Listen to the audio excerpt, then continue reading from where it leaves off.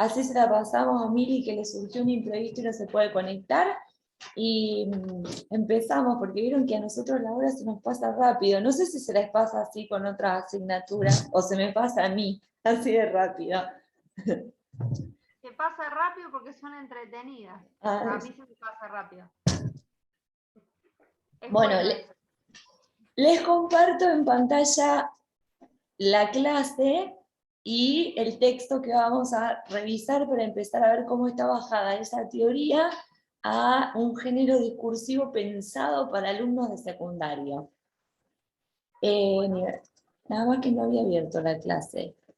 La clase, bueno, es la que le pasé ayer ayer en la primera parte de esta clase, ayer, acá.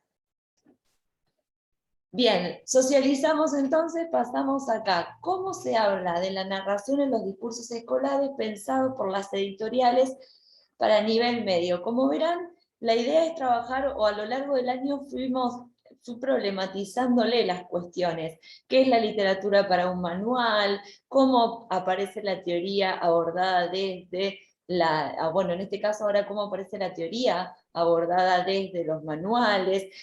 ¿Cuál es la noción de, qué pasa con la noción de literatura? ¿Qué pasa con la noción de los géneros discursivos? Si ustedes ahora hacen una relación entre la construcción del concepto de literatura con la construcción del concepto de géneros discursivos, van a empezar a unir puntos en común, que tienen que ver las actividades y prácticas humanas, las necesidades de comunicación, las esferas en donde nos comunicamos, la época, el contexto, cómo todo va influyendo en lo que son construcciones sociales y no conceptos estables, a diferencia de las ciencias duras.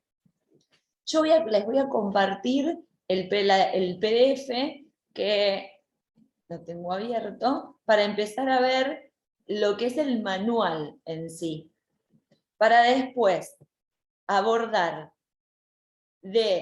perdón la pronunciación, Valmiki y Barthes y Genet, las nociones que están acá en este PDF, pero sumamente adaptadas al nivel medio. ¿Y cómo? Está fragmentado el conocimiento, o sea, qué horrible. La teoría de estos autores está focalizada, o sea, esto y esto, fragmentado y armado con otros fragmentos de otros textos para lo que un manual llama una unidad.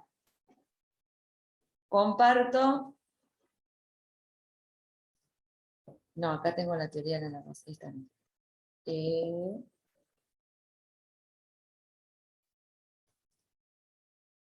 Tengo dos PDF abiertos, ahora encuentro. Ahí está.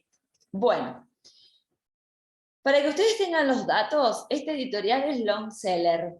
Y yo en el PDF no le saqué la foto a la tapa del libro, que lo tendría que haber hecho. Después les paso bien todos los datos del nombre, porque es una colección, que dentro de todo es una linda colección.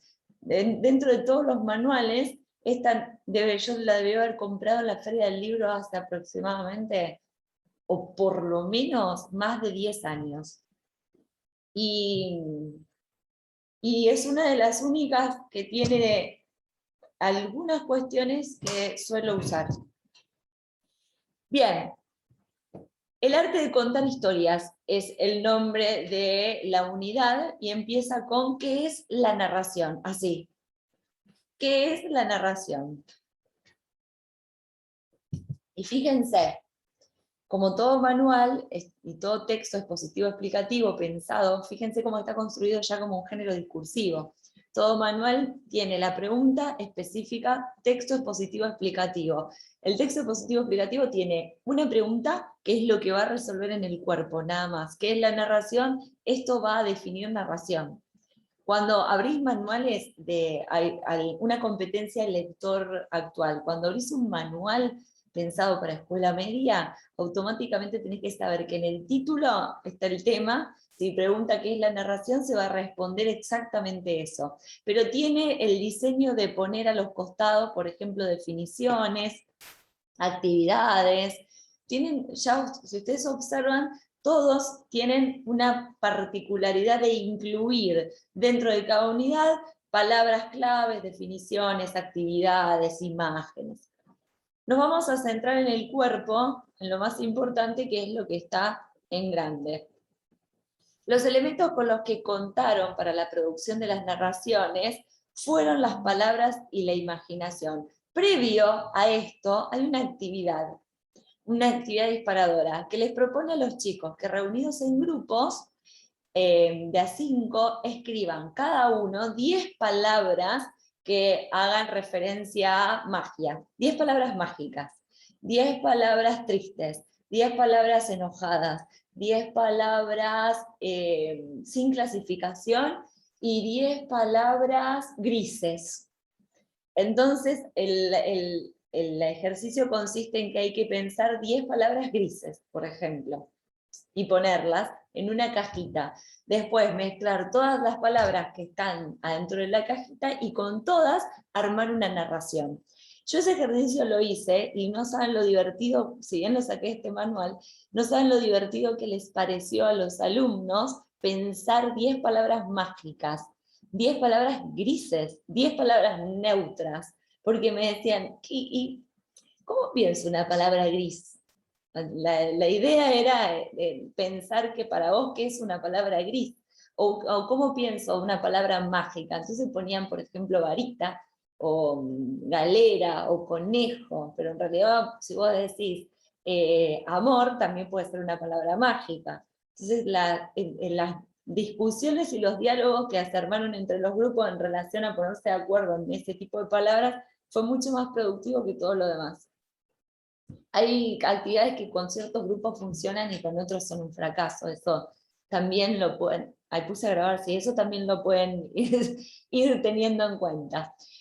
Después de armar las narraciones en relación a esa actividad, el manual propone esta explicación. Los elementos con los que contaron para la producción de las narraciones fueron las palabras y la imaginación. Así que, a la hora de pensar en lo que el manual me está diciendo, que es la narración, hay dos conceptos o ideas claves que aparecen: palabras e imaginación. Si comparan las producciones entre sus compañeros, seguramente verán que esos elementos los llevaron a escribir historias diferentes, contadas de distintas maneras. En consecuencia, esta actividad los pudo ayudar a reflexionar sobre cómo se compone un texto narrativo, qué características tiene o qué permite considerarlo una narración. Por lo tanto, la experiencia que el manual está proponiendo para definir la narración es partir de lo que se puede observar de un hecho práctico. A ver, primero te propongo hacer esta actividad y de esta actividad reflexionar qué conclusiones puedes llegar a sacar. Estos rasgos, o sea, parte de una situación, parte de la experiencia para este manual, la definición de la narración. Estos rasgos nos posibilitarán comprender e interpretar textos narrativos escritos y orales como lectores o productores de ellos. La narración convive entre nosotros de diferentes formas, y acá empieza la parte en la que el manual pone su propia teoría.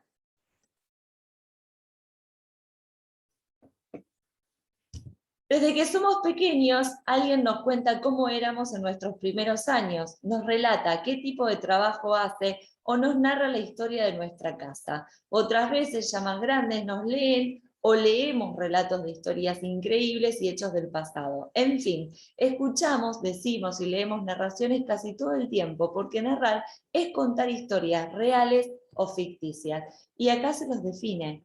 Narrar es contar historias reales o ficticias. Fíjense cómo ya en el primer párrafo, porque este hace referencia a la experiencia anterior, por lo tanto el primer párrafo expositivo explicativo que tiene este capítulo da la definición de lo que es narrar. Y fíjense que aparece el verbo definitorio, ser y estar, que son los verbos auxiliares más importantes, pero el es el que define esencia. Bien, es contar historias reales o ficticias. Uno de los recursos principales de los textos expositivos explicativos es la definición, y acá aparece claramente. Una narración es el relato de un suceso real, un hecho o una historia ficticia que se transmite en forma oral o escrita. Por eso es que encontramos narraciones en la televisión, la radio, los diarios, el cine, algunos libros. Sin duda, cada soporte las determina. Fíjense cómo el hecho de incluir diferentes tipos de soportes ya está hablando de nuevos géneros discursivos. Por lo tanto, no solo está la teoría de la narración en este párrafo, sino que está tomada la teoría de los géneros discursivos y la gran cantidad de soportes que actualmente, piensen 10 años atrás, pero actualmente existen. Las diferencias entre uno y otro soporte generan variables, tanto en su extensión, los usos del lenguaje y las estructuras narrativas como en las pautas de recepción. Si nosotros hoy hacemos un podcast para Spotify, no va a tener el mismo tiempo ni las mismas pautas de producción que si hacemos un relato. ¿Ustedes vieron que tercer año de lengua y literatura estuvo pasando cuentos por teléfono? Bueno, no va a ser lo mismo armar un audio para un cuento que se va a pasar por WhatsApp y por teléfono, que hacer un podcast que se va a reproducir en Spotify, o por ejemplo, hacer un cuento con imágenes y video que se puede cargar a YouTube. Cada uno de los soportes va a determinar una manera particular de armar esa narración. Pero todo esto, fíjense cómo están ideas muy puntuales de diferentes teorías, que es la narración, los géneros discursivos, están polarizadas en un párrafo muy cortito.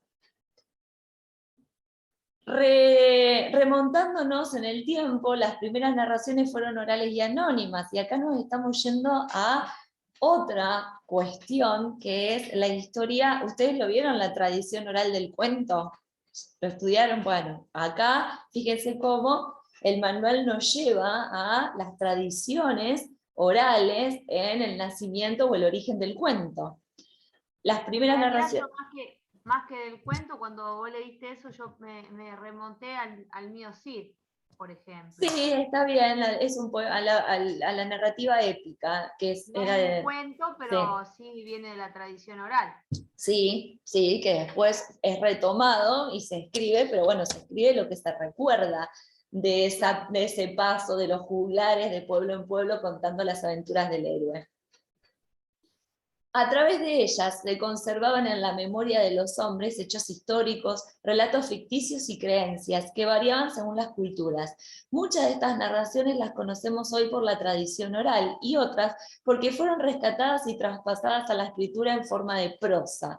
Cuando nosotros le leemos esto al chico, ¿qué le tenemos que contar? La historia de la imprenta.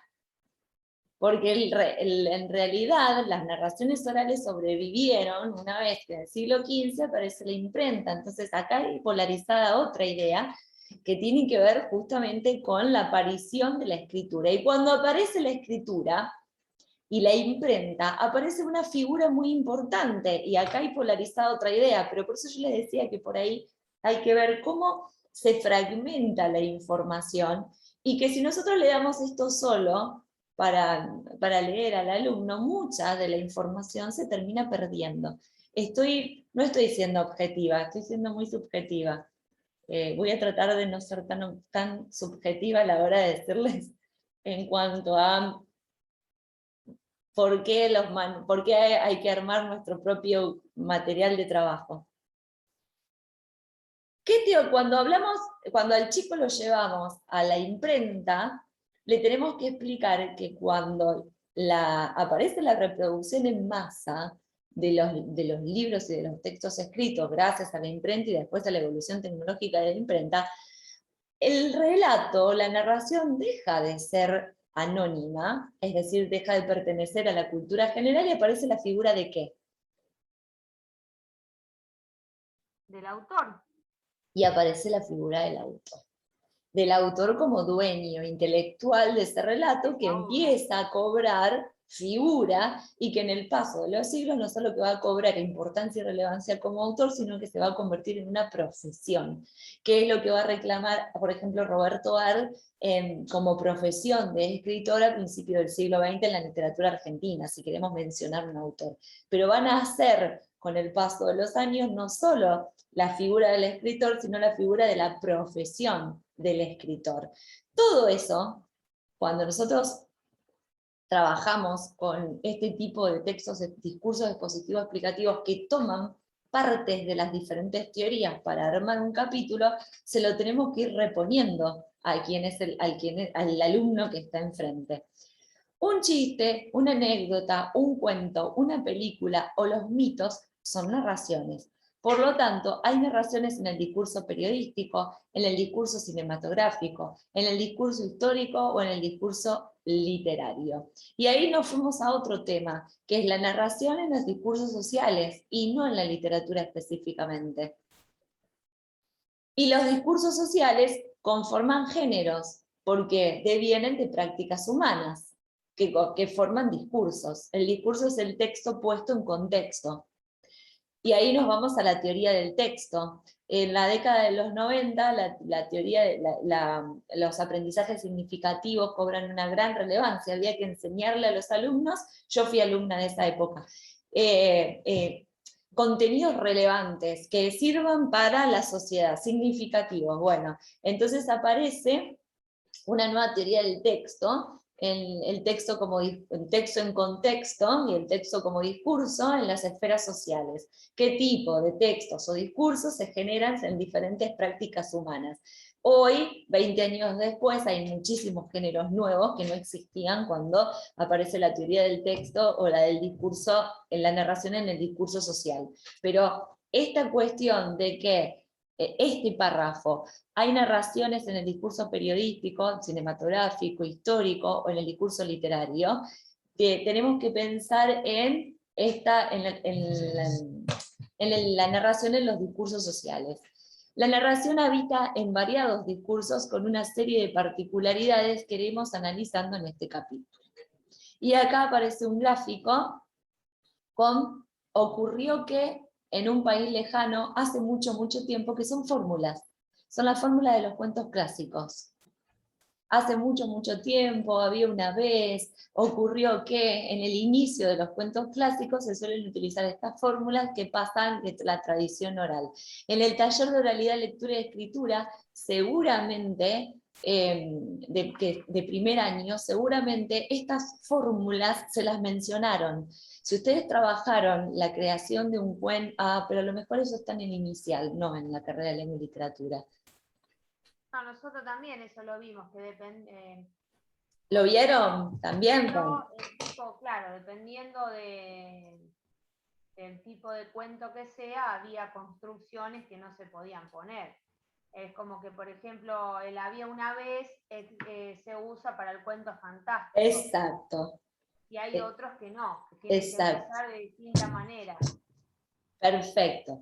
Esas son características propias de los géneros o los subgéneros en la narrativa, en este caso el cuento fantástico, el fantástico maravilloso, el realista, bueno, y acá están las fórmulas. El texto, me quedó abierto el volumen, ahí está, no me va. El texto narrativo, historia y relato. Dos nociones. Estas nociones ya las hablamos, si no me equivoco. La historia hace referencia a qué se cuenta y el relato a cómo se cuenta. Bueno, acá nos vamos ni más ni menos que a esto. Yo se los voy a compartir. Esperen que tengo justo dos PDF.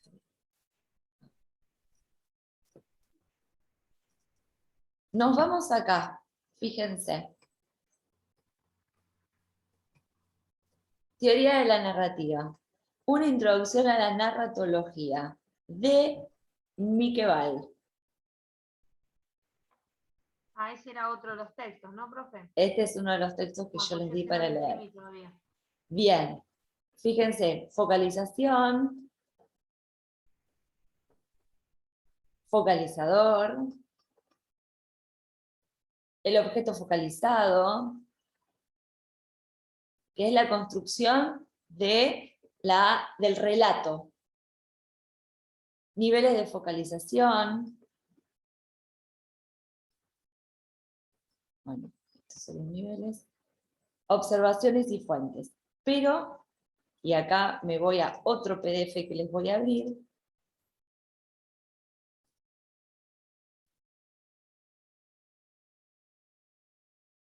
¿Qué? Ah, esto está mal.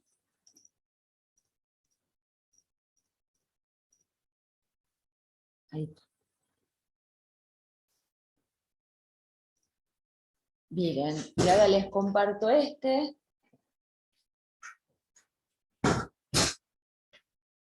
Esperen que se los agrande un poco. Tiempo del relato. Y después del tiempo del relato, anacronías,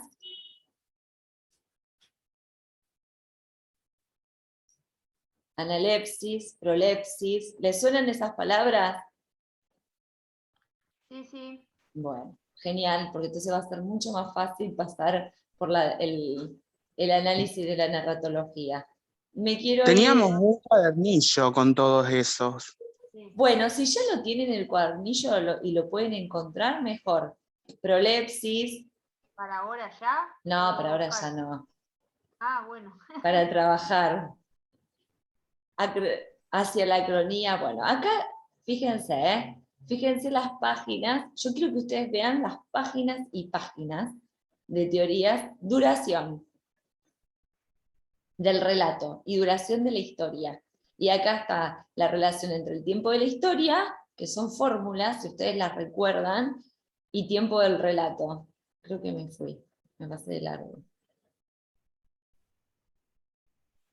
Acá. ¿Se acuerdan de esta fórmula? Tiempo del relato es igual al tiempo de la historia igual a 0, cuando no hay saltos temporales, tiempo del relato igual al tiempo de la historia, el tiempo del relato menor que el tiempo de la historia, el tiempo del relato igual a 0, el tiempo de la historia es igual al tiempo del relato. ¿Se acuerdan de estas fórmulas?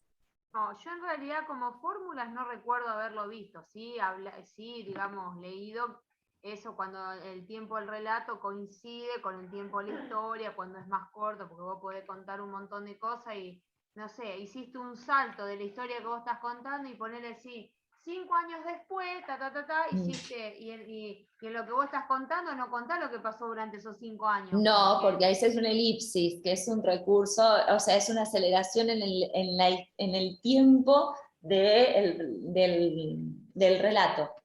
Pausa, por ejemplo. La palabra pausa, que en realidad es el uso de la descripción dentro del relato para generar una pausa temporal en la que no pasa nada porque simplemente se describe, no avanza. El tiempo, el relato no avanza, se detiene.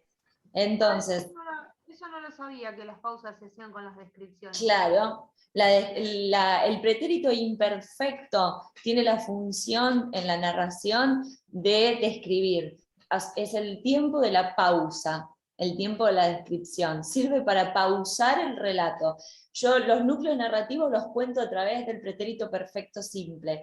Y las pausas, es decir, cuando yo desacelero lo que estoy contando, uso el pretérito imperfecto y el pluscuamperfecto. Ah, mira. Para eso sirven. El pluscuamperfecto es para ir del tiempo pasado, del presente del relato y un tiempo pasado. De ese pasado es un paso más atrás.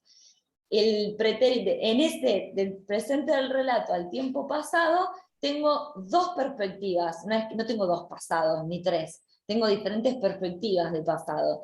Esa perspectiva está el pretérito perfecto, que sirve para acelerar y contar las acciones principales, y el imperfecto, que sirve para la pausa, para que se detenga el relato, lo que estoy contando. Entonces ahí el tiempo de la historia y el tiempo del relato van variando en la utilización de estos recursos.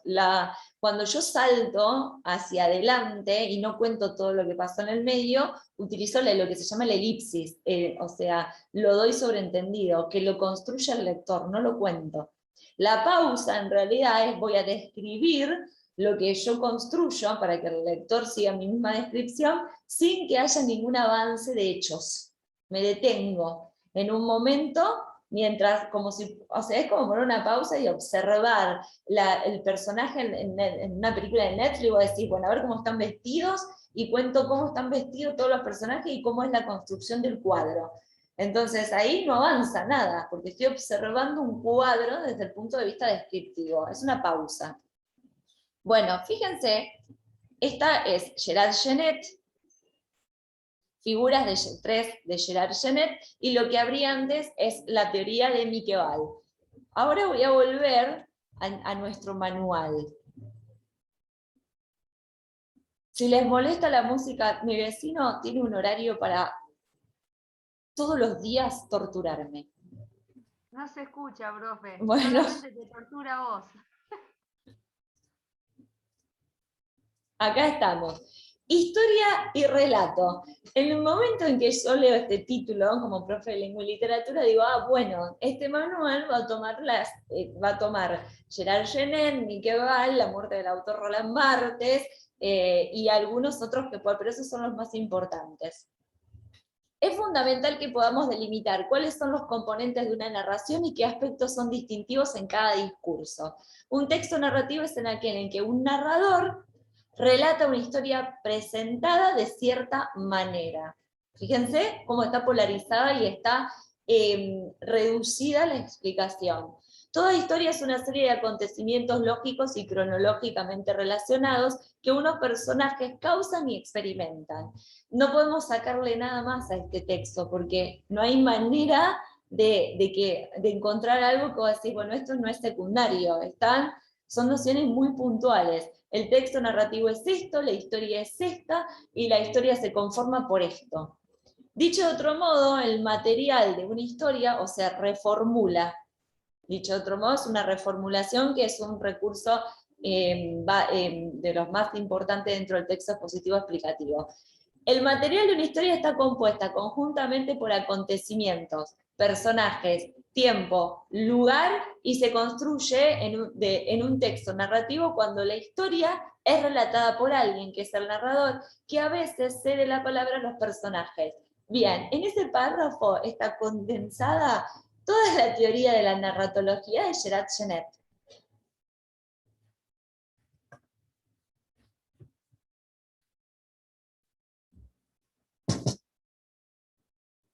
Por ende, en un texto narrativo se presentan dos aspectos, la historia y el relato. La historia es el conjunto de los acontecimientos. El relato es la manera como el narrador eligió hacernos conocer esos acontecimientos. Bueno, esta es la manera en la que el manual construye su propio discurso sobre lo que es la historia y lo que es el relato en relación a las teorías de Bach, por ejemplo, Miqueval y Gerard Genet. Lo que Genaro, vos hiciste en la actividad, explicar los géneros discursivos, es exactamente lo mismo que hizo este manual. Si vos pudiste leer a los autores y construir tu propio discurso y explicación sobre lo que eran los géneros discursivos, podés producir tu propio material para dar clases. Es cierto que una misma teoría puede ser referida en distintos medios. Por ejemplo, la historia acerca de las mujeres en Afganistán, podemos conocerla por la película Kandar, bueno, este es el autor, por un dossier televisivo como Rostro Protegido de Roberta Lanfranchi, o por un texto periodístico como Una temporada en el infierno de Ana Tortaja. En cada uno de ellos se relata de diferentes modos y con distintos soportes, película, dossier o nota periodística, un aspecto común de la historia, la razón por la cual las mujeres afganas usan el burka. La historia puede ser contada de diferentes maneras, esas maneras son el relato. Sí, este es el ejemplo, sirve para decir eso. La historia puede ser la misma, la manera y la perspectiva de contarla, es decir, la focalización y el género discursivo elegido para contarlo pueden variar. Y es muy interesante la actividad que plantea para trabajar la idea de las diferentes formas o géneros discursivos para contar una misma historia. El ejemplo número 1 es la introducción del Quijote real. Es un fragmento de la primera parte del Quijote de la Mancha. Es pues de saber que este sobredicho hidalgo, los ratos que estaba de ocio, que eran los más del año, se daba por leer libros de caballería, con tanta ficción y gusto, que olvidó casi de todo punto el ejercicio de la casa y la administración de su hacienda. Bueno, acá tenemos una parte del Quijote.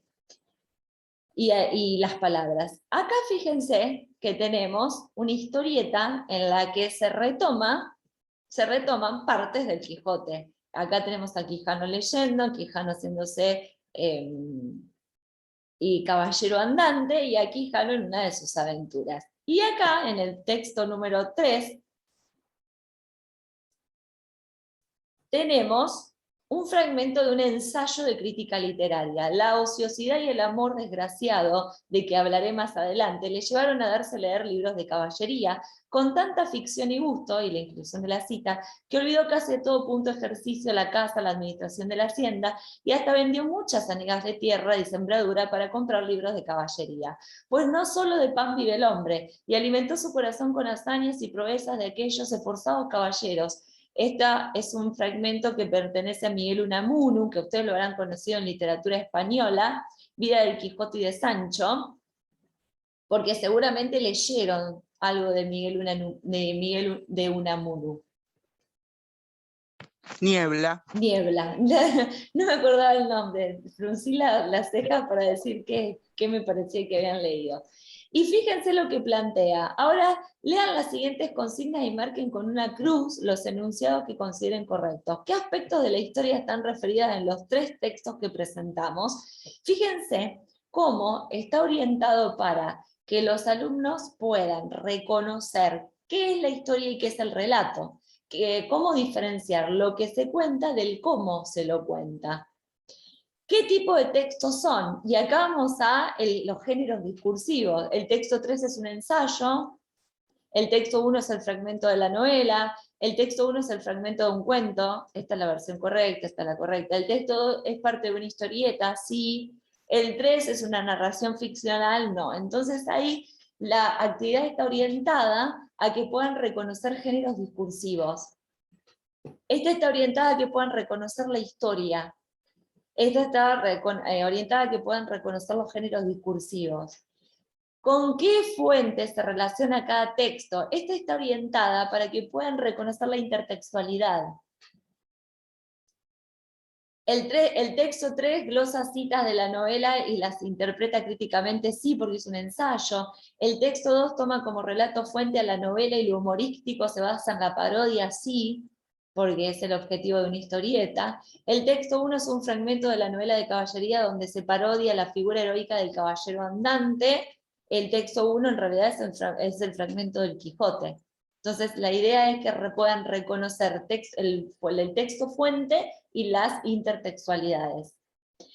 Fíjense, ¿cuáles son las características del relato en el texto 1? El narrador está en primera persona, son nociones de narratología, pero fíjense cómo están condensadas, cómo están recortadas, porque para que un alumno pueda responder esto, ustedes tienen que explicarle, ¡ay, me mató! Ustedes tienen que explicarle qué tipo de narradores existen y de dónde nace la teoría de que la narrativa es porque hay una voz, esa voz se llama narrador, que el narrador es una construcción ficcional que se separa de la figura del autor, que es construida por el autor, pero el autor no está dentro del relato porque es la figura real y el narrador es la figura ficcional, y ahí tienen que explicar la noción de ficción, que es propia de la literatura. Entonces, fíjense, todas las teorías de narratología y de diferentes autores que se están condensando en este manual con estas actividades. Perdón, yo pregunto, ¿van siguiendo la línea, lo que yo quiero que ustedes observen?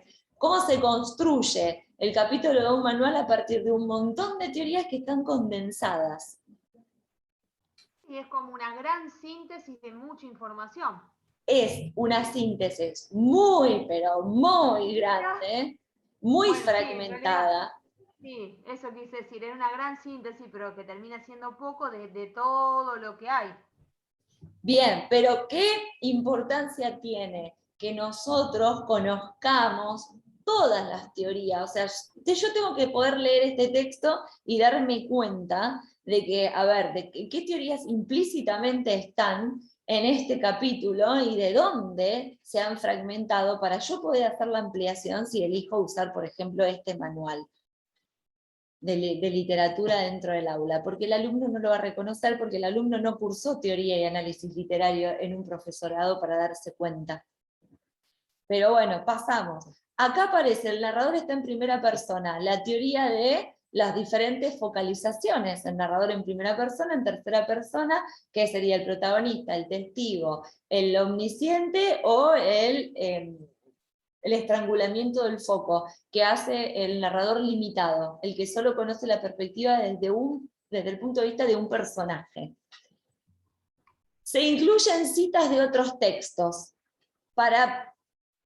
Para poder reconocer la inclusión de citas de otros textos, me tengo que ir a una teoría que nosotros ya la leímos, que es la intertextualidad. ¿Se acuerdan que leímos? Y que trabajaron ustedes, hicieron textos en los que tenían que falsificar otras teorías. Bueno, las falsificaciones hacen referencia a esa intertextualidad. Si ustedes, yo les voy a poner en pantalla explícitamente, acá, nivel superior, ¿qué es lo que está condensando esa actividad?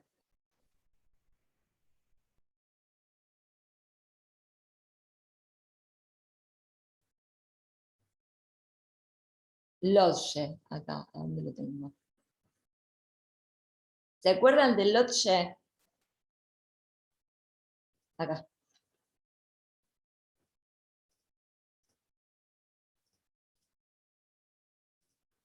Acá, miren.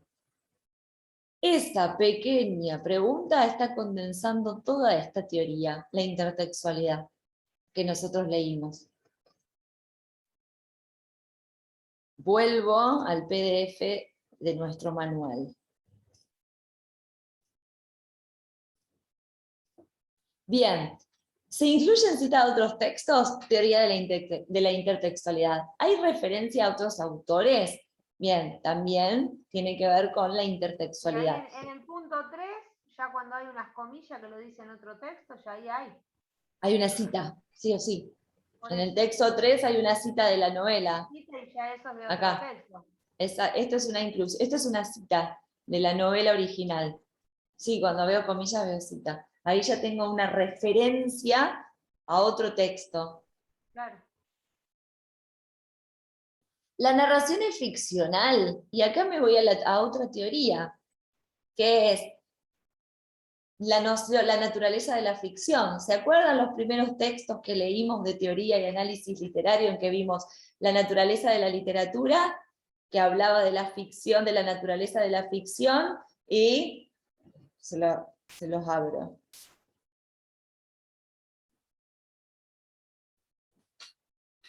Ahí se los abro.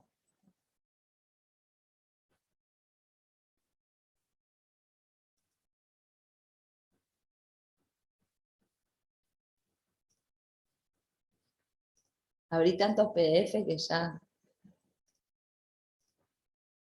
¿Se acuerdan de esto?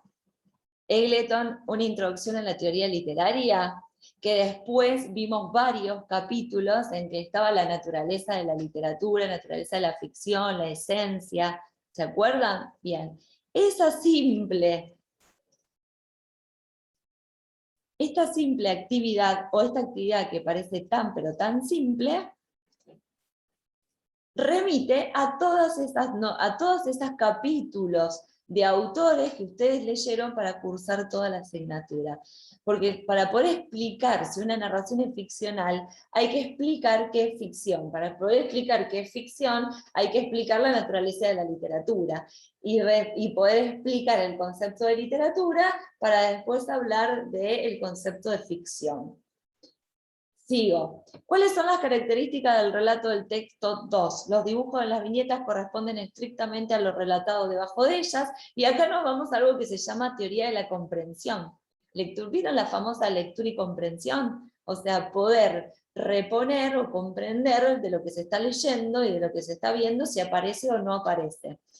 Se parodia el lenguaje. Para poder preguntarle a un alumno si hay una parodia del lenguaje, hay que enseñar figuras retóricas. Dentro de las figuras retóricas, la ironía, el sarcasmo, la parodia, la pregunta retórica por sí misma, todos esos libritos que ustedes tienen en configuraciones, cuando ustedes ven las figuras, los tropos, bueno, para poder explicar parodia, o para poder observar la parodia como un recurso literario y estilístico, primero hay que ir entonces a explicar figuras retóricas. Y la exaltación, la exageración, Muy pues, bien. son recursos de la parodia. Si no, no se podría hacer, es algo que como que se burla, se exagera demasiado. Exacto, se exagera algún rasgo particular demasiado, pero para Claro. que pueda reconocer a alguien que se está parodiando, tiene que conocer la figura, tiene que conocer el recurso. Lo que más se destaca en el dibujo de la figura de Don Quijote son sus ojos y su delgadez. Bueno, esto tiene que ver con una observación. Acá están los ojos, la delgadez, exacto. O sea que acá hay que simplemente observar. Y la parte textual subraya la idea de que la lectura de textos no siempre es mala. Esto tiene que ver con algo que nosotros ya hablamos, que son las funciones del lenguaje. Entonces, para poder hacer esta actividad hay que explicar funciones del lenguaje, connotativa, denotativa. Los textos no literarios tienen una función que apunta mucho más a decir, no querer decir, es decir, a denotar. En cambio, la literatura es un discurso connotativo, es un discurso que quiere decir, que va más allá de lo que se está diciendo.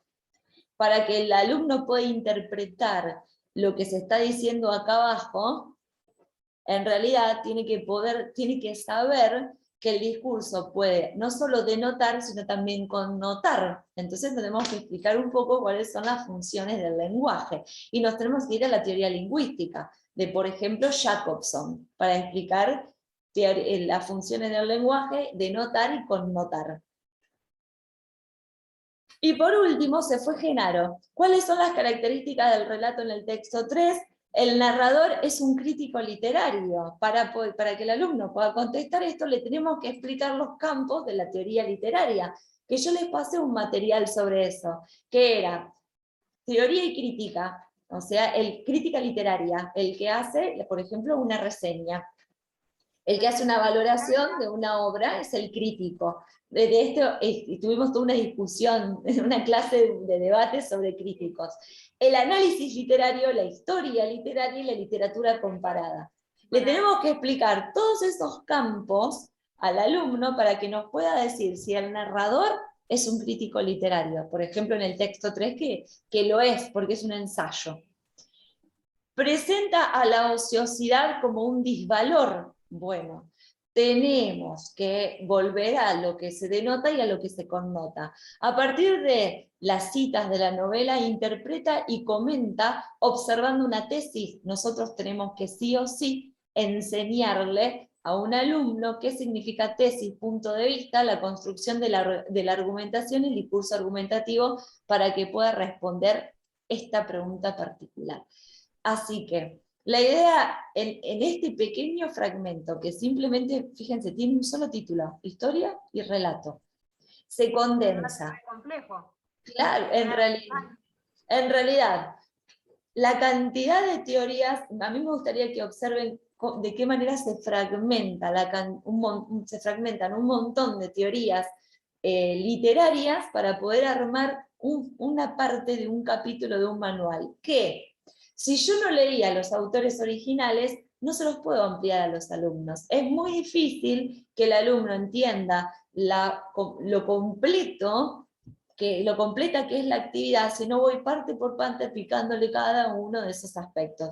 Si un alumno me puede responder conscientemente y sin adivinar estas preguntitas, es porque realmente le hemos dado muchísimos temas previos para que lo pueda armar. Si no, lo va a hacer por casualidad, o por intuición, o va a responder por intuición, bien o mal, pero por intuición, porque en realidad tenemos que explicar. géneros discursivos. Dentro de los géneros discursivos, los literarios y los no literarios. Dentro de los no literarios, la argumentación. Dentro de los literarios, la clasificación clásica de los géneros en narrativa, lírica y drama, para que puedan observar cuáles son, por qué son narrativos. Dentro de la narrativa y la focalización del narrador. Dentro del narrador, la historia y el relato. Con todo lo que tenemos, toda la teoría que tenemos que bajar para poder ampliarle al alumno esta información. ¿Cómo está la idea de observar cómo está construida la narratología, un capítulo de narratología en un manual, cómo se transforma toda esa cantidad de información que la teoría nos da en un nuevo género expositivo explicativo para nivel medio? Por eso, yo por ahí soy muy reiterativa en la cuestión de que los manuales están demasiado fragmentados, o que la información del manual es demasiado fragmentada para tomarlo como un texto base, o como decir, Ahora bueno, entendí a qué te referías bien con lo de fragmentado. claro, Es cierto, o sea, es como que hay que hacer, obvio, el profesor debe saber todas las teorías que están atrás de esto, pero para que un chico agarre esta actividad y la entienda, le tenés que dar un abanico de cosas impresionante, y es como que sí, está muy comprimido esto, claro. para que lo puedan entender. Esta actividad te puede llevar a hacerla completa, completar esta actividad con un alumno dentro de un curso, Te porque lleva 2 meses más o menos para explicarle todo lo que viene atrás. para poder darle esto, este capítulo de este manual a un alumno de 5º año, que es al cual yo se lo di, pero se lo di en observación, o sea, yo estaba investigando a ver, después de haberle dado un montón de clases previas sobre concepto de literatura, ficción, construcción de la noción del concepto de literatura, después de haber dado nociones de narratología desde la focalización, la construcción del punto de vista, la relación entre historia, relato, el análisis de la historia, el análisis de relato, después de haber leído varios cuentos de literatura, después de haber analizado los cuentos de literatura desde los autores teóricos, que obviamente que yo no se los doy a los autores teóricos, pero se los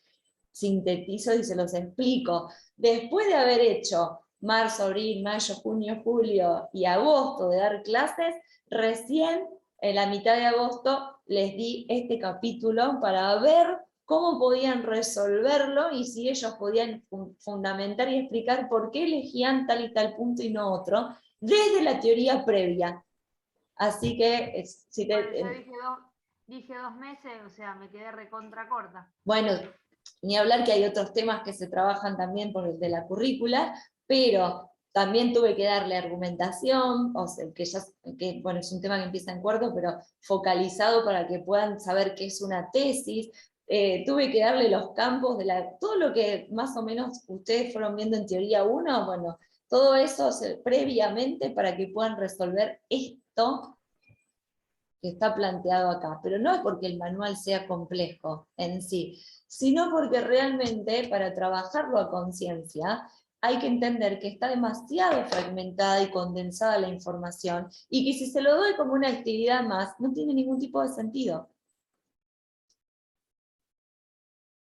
Ahora, si se lo doy como complemento después de haber trabajado cada una de estas nociones y pueden resolverlas y fundamentar por qué las están resolviendo, bueno, sí, tuvo otro sentido. Pero son muchos meses... Entendieron todo lo anterior. Exacto, pero son muchos meses de trabajo previo para poder hacer algo tan simple. Vos decís, pero no se va a dar cuenta que el narrador está en primera persona. Sí, pero porque le enseñaste que hay diferentes tipos de narradores, que toman diferentes perspectivas, que las perspectivas hacen puntos de vista interno o externo, que para ser interno está la primera persona, porque es la única que te compromete subjetivamente. Entonces, esto que se llama narratología, en realidad, para trabajarlo lleva todo el tiempo que a ustedes les lleva a estudiarlos, más o menos. Bien. Ni más ni menos, ¿eh? Ni más ni menos. Parte de la historia en los 3 textos es la misma, y ahí vuelve a la teoría de historia y relato, que es la historia, que es el relato. pero la manera en la que está relatada es diferente. Según un estudio de la narrativa, y acá aparece por primera vez una cita a Todorov, por primera vez nos está diciendo, bueno, acá hay un texto fuente, Todorov, no son los acontecimientos los que cuentan, sino la manera como el narrador nos los hace conocer. Así que, si tenemos que profundizar en esta cita, nos vamos al formalismo, en el que no es el acontecimiento, sino la manera en la que está contada lo que cuenta, cuando en realidad forma y contenido se determinan mutuamente. Pero para que un alumno pueda entender esta cita, yo tengo que explicarle que hay una teoría que se llama formalismo, que en un momento histórico, a principios del siglo XX, sostenía que la literatura tenía que ver con una construcción formal y no de contenido. Entonces no era lo que se contaba lo literario, sino que era la forma que se le daba al acontecimiento lo que hacía que sea literario o no literario. Para que puedan entender por qué el manual cita en este momento esto. En el primer texto, fragmento de la novela, que es una fuente, y acá viene la explicación, de los otros dos textos, la narración ficcional en prosa detalla los acontecimientos y las razones por las cuales Don Quijote pierde el juicio. En el segundo surge la narración humorística con lo caricaturesco de los dibujos y los juegos lingüísticos que apuntan a parodiar la novela de referencia. Por último, el tercer texto es una narración, específicamente un ensayo literario que explica el recurso de la glosa de la novela fuente para interpretarla y comentarla. Para que el alumno pueda entender esta explicación, tiene que saber qué es un ensayo, qué es una parodia, qué es una historieta, haber trabajado previamente historieta, para saber que está compuesta por viñetas y que las viñetas acompañan de una narración abajo, y cómo tiene que aparecer la narración para que la pueda distinguir como lector, si no, no distingue una historieta. Y también tenés que explicarle quién es el Quijote, quién fue Cervantes, que es su autor, para que pueda contextualizar el texto base que eligió el manual. Cuando habla de juegos lingüísticos, tenés que volver a la teoría de denotar y connotar y volver a la cuestión de que el lenguaje es una herramienta de creación de sentidos. Los tres textos permiten a los lectores abordar en diferentes relatos un acontecimiento común, la causa por la que Don Quijote pierde la cordura. Cada relato aporta un punto de vista distinto, y entonces ahí vas a la focalización, a la construcción de la crítica literaria desde un punto de vista. ¿Qué voy a tomar para hablar de esta obra? ¿A dónde me quedé? Un punto de vista distinto frente a la historia y un tipo de texto narrativo particular. El puramente ficcional, la novela, el humorístico gráfico, la historieta, y el crítico literario, el ensayo. Y acá volvemos a la explicación de qué son los géneros discursivos y cómo se construyen nuevos géneros a partir de las necesidades de comunicación. Bueno, y después viene la narración y la descripción, que esto se relaciona con la pausa, que te decía antes cuando abrí el PDF. Bien. La idea era que puedan, ahora nos quedamos nosotras dos solas, observar la importancia que tiene en realidad poder conocer la teoría previa para poder entender qué reporte está haciendo un manual y por qué es importante a la hora de armar o construir nuestras propias clases en la didáctica de la lengua, la teoría literaria, para poder reconocer qué aspectos teóricos tomó la editorial para armar este capítulo y yo poder completárselos con los autores que previamente leí. Que no necesariamente le voy a decir que es la teoría de Genet, ni de Niqueval, ni de Ricardo Piglia en La muerte del autor, pero sí les voy a poner las nociones completas sobre la mesa al alumno. ¿Y por qué en teoría literaria de un nivel del profesorado vos decís, bueno, sí, este manual lo explica mucho más simple, dame este manual y no me des a los autores? No, te tengo que dar a los autores para que entiendas por qué el manual dice lo que dice, y recorta lo que recorta, porque no toma uno solo, toma un montón de autores. Bien, la clase que viene, lo que vamos a hacer la semana que viene es leer a los autores. y no al manual. Después vamos a volver sobre el manual para que vean cómo sintetiza, por ejemplo, el tiempo, las fórmulas del tiempo de la historia y el tiempo del relato, cómo las sintetiza el manual en relación a lo que dice la teoría. Y ahí empezamos. ¿Te mostraste, profe? Sería yo para imprimirlo y tenerlo. ¿Cuál vamos a leer? Sí. Ahí te digo, ¿cuál vamos a leer con cuál vamos a empezar específicamente? No a imprimir el de Genet, que son como 340 páginas. Claro, no, por eso te preguntaba, porque vi que uno es amplio. Vamos a empezar con el de Mikeval, que es el de la focalización. No, porque son un montón de el de Genet es el libro completo, o sea que mirá lo de la compu. Sí. Ni hablar, a no ser que esté en alguna biblioteca. Hablando de biblioteca, el libro. Sí, te debe estar sacando cría. Ay, no, ya me agendo a hacerte la transferencia para que lo puedan ir a buscar. Bueno, anoche justo hablé con Ana porque... ¡Me olvidé! Te pedí el número porque estoy buscando revendedoras de Avon, entonces le mandé si le interesaba. Y hablé con ella. Mañana es... Sábado 4. Sábado 4, hacer transferencia. Tengo un curso mañana sobre construcción de tesis y ahí lo voy a ver. Vas a estar a full, seguí a full, va. Sí. No puedo dormir, eso es lo que más me duele. En realidad. La mañana, no, si tenés curso fuiste, olvídate. No. Bueno, ¿alguna duda que haya quedado hoy? No. ¿No? Bueno. Por ahora. Ahora salgo corriendo a buscar a Pía, que la dejé en gimnasia artística y termina a las 6, justo. Ay, Dios. Está bien. Bueno, nos vemos la semana que viene. Dale, profe. Buen Chau, fin de chau. Buen fin de. Chau, chau. Chau, chau.